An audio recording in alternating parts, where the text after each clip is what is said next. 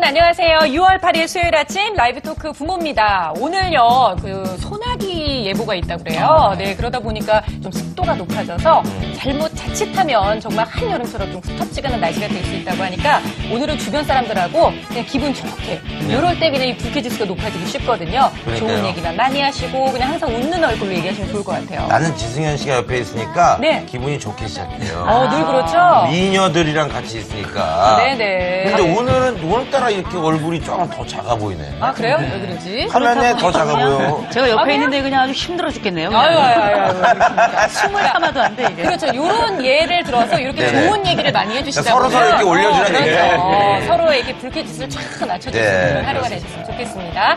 애들 키우면서 힘드신 모든 부모님들의 조금이라도 생길 수 있는 불쾌지수를 낮춰드릴 수 있는 네. 정말 명쾌한 해답이 오늘도 기다리고 있는데요. 오늘도 정동철 씨, 또 이호성 교수님과 함께 든든하게 한번 시작을 해보도록 하겠습니다. 자, 동철 씨 오늘의 네. 주제 좀 알려주세요. 이거 하지 말라 그랬는데. 왜요? 예? 왜? 뇌가 제일 잘 나가.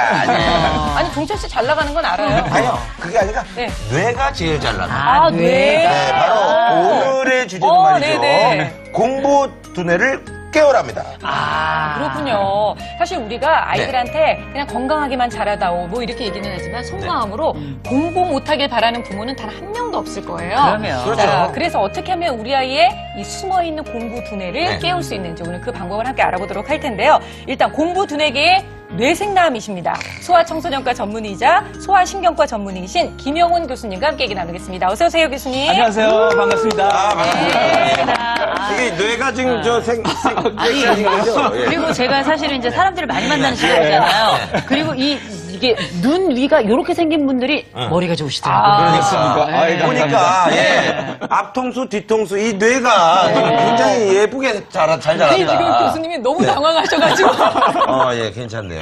아니, 그렇게 얘기하면 나보고 오늘 뭐 얼굴도 작아 보인다며. 나는 뭐가 돼요? 아니, 나는 그러니까. 뇌가 없어? 아니 뇌가 없는 게 아니라 여기 붙었네. 아니, 근데 이런 얘기를 나누다 네네. 보니까 네. 정말로 교수님은 유난히 크시네요. 아니 그런 저기 아니, 얘기하면 근데, 어떡해요. 아니, 기본적으로는 예. 이제 네네. 뇌의 이렇게 안쪽 면이 넓고, 네. 뇌가 이렇게 머리가 기본적으로 큰 분들, 쉽게. 큰 분들이 머리가 좋다는 얘기는 있어요. 그러니까요. 확실히 있어요. 아니, 저는 지금 굉장히 기분이 좋은 게 저희 아들이 진짜 눈에 띄게 머리가 크거든요. 네. 학교에서 전교에 모아는 우리 애밖에 안 보여요. 근데 이제 그런 머리가 친구들 우리가 이제 전문용어로 얼짱이다. 얼굴이 짱 크다. 얼굴이 짱 크다. 네, 오늘 이런 기대를 좀 해보면서 네네네. 시작해보겠습니다. 오늘 어머님들과 함께 대화 나눌 댓글창 열어볼게요. 열려라 댓글. 자, 네. 네 그렇습니다. 요즘 말이죠 재밌는 게 너무 많아요. 그렇죠, 많죠. 뭐 스마트폰에 컴퓨터에 또 게임에 뭐 영화에 뭐 재밌는 게 너무 많은데 네. 그래서 그런지 공부하기가 너무 힘든 세상이 됩니다. 그렇죠. 우리도 한번 생각해보세요. 네. 막 공부를 하려고 앉았어요. 그러면 엄마가 콩나물 그 대가리 떼고 있는 것만도 너무 부러워. 너무 재밌을 것 같고. 그치. 엄마 나 이런 거 되게 잘할 수 있을 것 같아. 막 이러면서 계속 하게 되고. 텔레비전에서 가끔씩 무슨 뭐 이렇게 하나도 좋아하지 않았던 네. 야구 뭐 이런 걸 해도 야구도 재밌어. 야구도 보이고. 재밌고. 심지어 공부만 하려 그러면 뭐 하려 그러면 그럼. 그게 옆에 있는 게 그렇게 재밌어요. 그러니까 안 보던 씨름도 봐요. 씨름도 보죠. 씨름도 보죠.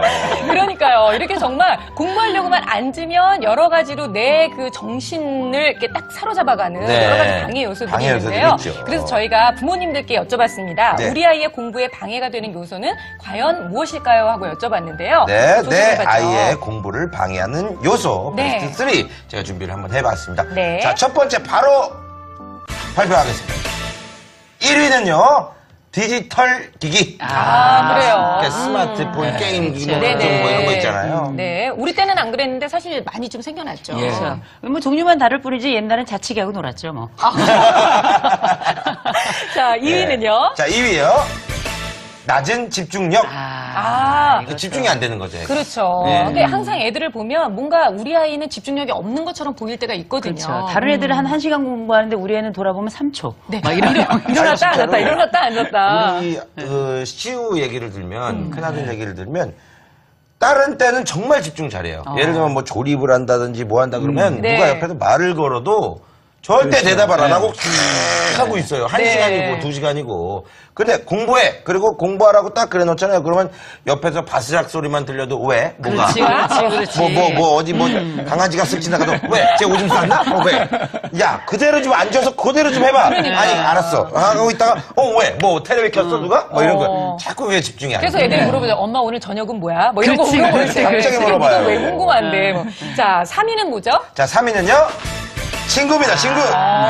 네. 오, 근데 요즘은 정말 친구를 못 사귀어서들 문제지. 그렇죠. 친구가 방해 요소가 된다는 거는 굉장히 아이가 정말로 사회성이 좋은 애가 네. 봐요. 아니 근데 성격이 사회성이 좋고. 안 좋아도 시험 때는 꼭 전화가 와. 아, 시험 때는 꼭 전화가 왜 이렇게 와요. 놀자는 애들이 많은 거야. 그렇죠. 근데 이제 문제는 뭐냐 우리가 이게 1위로 지금 이제 디지털 기기, 2위로 이제 낮은 집중력, 3위로 친구 이런 얘기가 있는데 네. 네. 이제 집중력이 낮은 내 아이가 집중력이 더 낮은 친구를 만나서 디지털 기기로 게임을 해. 이제 뭐 이거 뭐 전면이죠. 야, 뭐. 3위 싹 꽂네. 그렇죠. 네네. 아, 이게 그렇습니다. 진짜 이런 얘기를 써도 되는지 모르지만 정말 최악이네요. 진짜. 그렇죠. 아니, 근데 이 공부가 방해가 되는 요소들을 지금 1, 2, 3위를 꼽기는 했지만 네. 사실은 이건 사람에 따라서 그렇죠. 방해받는 괜찮아, 정도가 그렇죠. 다 다른 네, 것 그렇죠. 같아요. 맞아요. 어떤 애들은, 똑똑한 애들은 진짜로 말 그대로 진짜 뭐 공부하고 있을 때 옆에서 누가 바트락 걸어도 신경도 안 쓰는 애들. 그러니까요. 네. 아이들이 집중력에 차이가 있는 거죠. 예를 들어서 아이들이 이제 뭐 이렇게 집중을 한다라고 하면 보통 한 시간 정도 공부한다 그러면 네. 사실은 집중을 1시간 동안 하는 애들은 거의 없어요. 그렇죠. 대개 한 20분 정도 하고 그다음부터는 한 반으로 떨어져요. 1시간 지나면. 네. 그러니까 사실 중간중간 긴장을 해야 되는 거죠. 네. 그러니까 이제 긴장을 담당하는 신경전달 물질이 있는데 이제 노르에피네프린이라고 이게 긴장을 하면 아이가 집중하고 이렇게 해서 어떤 것을 하게 하는 요소가 있어요. 그래서 네. 사실은 환경적으로 이게 20분마다 아이가 다른 이제 다시 한번 공부에 대해서 생각을 한다든지 아니면 부모가 뭐 예를 들어서 이렇게 격려를 해준다든지 이런 네. 것이 상당히 집중을 오래 하는데 도움을 줄 수가 네. 있습니다. 우리가 흔히 뭐 아이들 중에는 쟤는 공부 머리를 가지고 있어. 이렇게 얘기하는 애들이 네. 있죠. 타고나기를 공부를 잘하고 똑똑하게 타고난 아이들. 네. 그래서 저도 어렸을 때 참 나는 왜 공부머리가 없을까 이런 생각을 많이 했었는데 우리가 흔히 얘기하는 걸 그 IQ랑 그렇죠. 공부머리를 이렇게 연결지어 생각할 수 있는 건가요? 네, IQ가 이제 말하자면 지능 지수 아니에요. 네. 그래서 사실 지능 지수라고 하는 것은 좀 선천적인 요인이 있습니다. 근데 지능 지수가 학업 성취도에 미치는 영향은 15에서 25%밖에 되지 않대요. 아하. 그거 외에는 전부 다 뭐 노력이라든지 환경이라든지 아니면 습관이라든지 이런 것들에 의해서 결정이 된다라고 하는 거죠. 정말요. 다행이에요. 그러니까 사실은 뭐 IQ가 우리가 보통 얘기를 하면 아서젠슨이란 분이 얘기를 했는데 네. 이게 초등학교 정도에 이제 다닐 수 있으면 한 70, IQ 75 정도가 네. 되고요. 고등학교 이제 수업을 받고 잘 할 수 있는 아이들은 한 105 정도 네. 됩니다. 그리고 우리나라 평균 IQ는 한 106 정도 된다 그래요. 그래서 아. 머리가 좋다, IQ가 높다 하는 아이들은 이제 보통 IQ 115 정도 되는데 네. 이 문제는 115 된 아이들이 IQ보다 그보다 떨어진 아이들보다도 공부를 더 잘하지 못한다는 거예요. 그렇죠. 그러니까 IQ에 의해서 결정이 되는 게 아니라 네. 아까 말씀하셨다시피 환경에 의해서 결정되는 거죠. 실제로 아이들이 공부하러 들어갔을 때 뭐 때문에 나오나요? 대개는 물. 뭐 배가 고파, 그렇죠. 아유, 좀 정말로. 목이 말라, 그렇지. 화장실에 가고 싶어. 그럼요. 뭐 옛날에 어저께 잠을 제대로 못 잤어. 네. 막 이런 눈이 가려워. 거거든요. 막 심지어는 뭐 이런 방이 거. 더워 뭐 이런 얘기를 하는데 그렇죠. 결국 환경적인 아, 그러네요. 조절을 해줘야지 아이들은 공부를 잘 할 수 있다는 거죠. 저는 그 IQ가 그래. 10에서 15% 말씀하신 게 정말 위로가 되는 게 네. 왜냐하면 우리가 뭐 타고난 머리가 좋지 않더라도 그래도 나머지 노력으로 채울 수 있다는 거잖아요. 그렇죠. 저는 그게 맞다고 생각하는 게 저희 오빠가 정말 공부를 잘했거든요. 네. IQ가 98이야. 그렇죠. 진짜요? 네, 진짜로요. 어. 그래가지고 저희 집에서는 이제 유인원이라고 불렀어요. 오빠를. 그랬는데 공부를 너무 잘했거든요. 예. 네. 그러니까 노력이었군요, 노력. 나도 네. 진짜 이 얘기 들으니까 좀 네. 그 위로가 되는 게 저도 IQ가 102예요. 옛날에는 되게 낮다 그랬거든요. 네. 세 자리잖아. 네. 네, 세 자리는 넘었으니까 괜찮은 네. 거예요. 그럼요. 아니 근데 우리가 보통 얘기하면 공부머리 얘기하면서 네. 아빠 머리 닮아서 이렇다, 엄마 머리 닮아서 이렇다, 뭐 이런 얘기들을 가끔씩 하는데 이제는 그런 거 원망할 게 아니라 그렇죠. 말씀하셨던 나머지 뭐 90에서 85% 되는 그 환경들을 환경적인 요인들이 어떻게 더 우리가 크다는 만들어 겁니다. 주느냐가 예. 정말 우리 아이의 숨어있는 공부 두뇌를 깨울 그렇죠. 수 있는 그 방법이 되는 거죠. 오늘 맞습니다. 함께 알아보도록 할 텐데요. 저희가 얘기를 시작하면서 재미있는 영상을 하나 준비를 했습니다. 네. 한국에서 고등학교를 졸업하고 아주 우수한 성적으로 해외 명문대에 합격한 3명의 학생들에게 저희가 한 가지 과제를 줬어요. 이 과제를 이 학생들이 어떻게 풀어나가는지 그 방법을 통해서 함께 얘기를 나눠보도록 하겠습니다. 그 안에 공부를 잘할 수 있는 비결, 공부 두뇌를 깨울 수 있는 비결이 숨어 있다고 하는데요. 함께 보시죠. 제작진은 이들에게 한 가지 과제를 주기로 했습니다. 곰을 접었던 색종이를 나눠주고 코끼리를 접으라고 주문했습니다. 물론 이들은 자신에게 주어진 색종이가 코끼리를 접었던 것이라고 믿고 있습니다. 하지만 이리저리 살펴보고 뜯어봐도 코끼리가 만들어질 리 없습니다. 이거 톤 달라요. 아닌 것 같은데. 네, 아닌 것 같은데. 그 시간 안에서는 최선을 다하려고 아무래도 노력을 했었죠. 얘처럼 얘도 동물일 거라고 생각했거든요.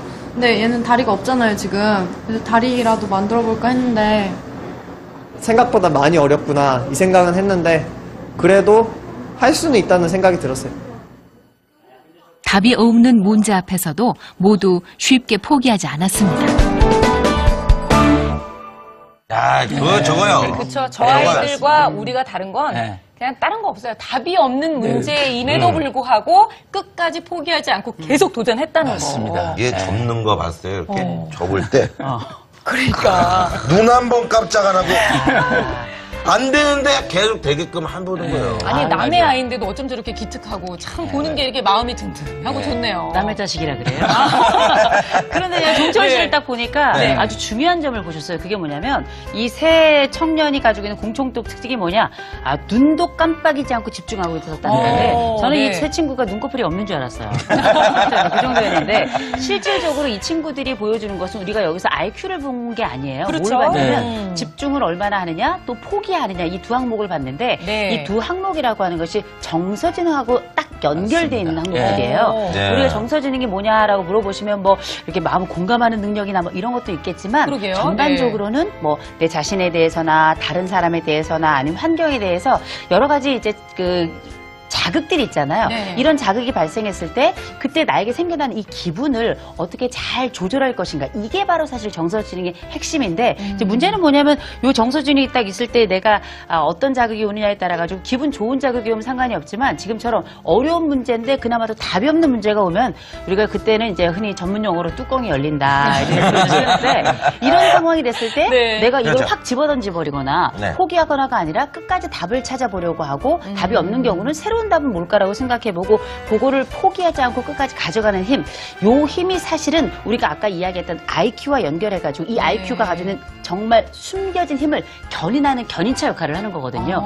이 부분이 오늘 아마 그 집중력이 굉장히 중요한 역할을 네, 하는 것 맞습니다. 같아요. 우리가 공부 두뇌 하면 그냥 인지 기능만 생각해요. 네. 그냥 머리가 얼마나 좋으냐, IQ가 좋으냐, 머리가 빨리빨리 돌아가냐 얘기를 하는데 사실은 공부 두뇌에는 인지 기능뿐만 아니라 말씀하셨던 정서지능이 들어가는 거예요. 왜 정서지능이 들어가냐면 네. 실제로 우리가 어떤 정보가 있으면은요, 그 정보를 중요하다, 중요하지 않다, 이거는 받아들여야 된다, 아니다의 결정을 전두엽에서 하는 게 아니라 인지기능이 해서 하는 게 아니라 네. 변형계라고 하는 정서를 담당하는 뇌에서 하는 거예요. 그래서 그게 문지기 역할을 해가지고 네. 아, 이 정보가 중요하지 않다. 이거 별거 아니야. 이거는 나한테 불쾌한 정보야. 그러면 네. 전두엽에 넘기지를 않는 거예요. 그러니까 아무리 전두엽이 쌩쌩하더라도 돌아가지가 않는 거죠. 정보를 보내지를 않는데. 그러니까 결국은 문지기를 잘 정보를 100% 보낼 수 있게 문지기를 네. 잘 관리를 하면 그게 바로 정서지능이 되는 거죠. 그래서 우리가 학업 성취도를 결정하는 것은 IQ보다는 IQ가 아무리 좋다 하더라도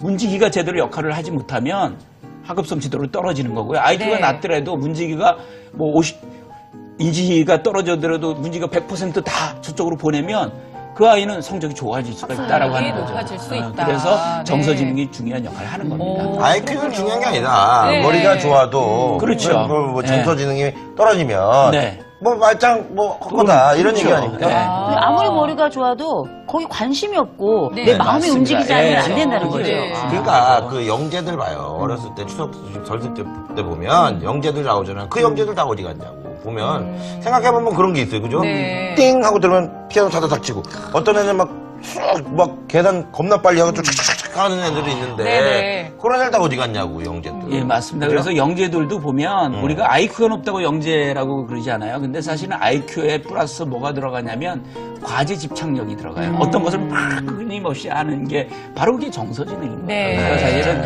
영재들도 이 과제 집착력에 의해서 얼마나 오래 끌고 갈 수 있는지를 결정이 되는 또 거죠. 과제 집착력을 그렇군요. 집중력이라고 봐도 될까요? 그거는 집중력하고 의욕, 어떤 그렇죠. 것을 뭔가 하려고 열정적으로 하는 이렇게 하는 공 의욕하고 같은 힘이 관련된 막 거예요. 네.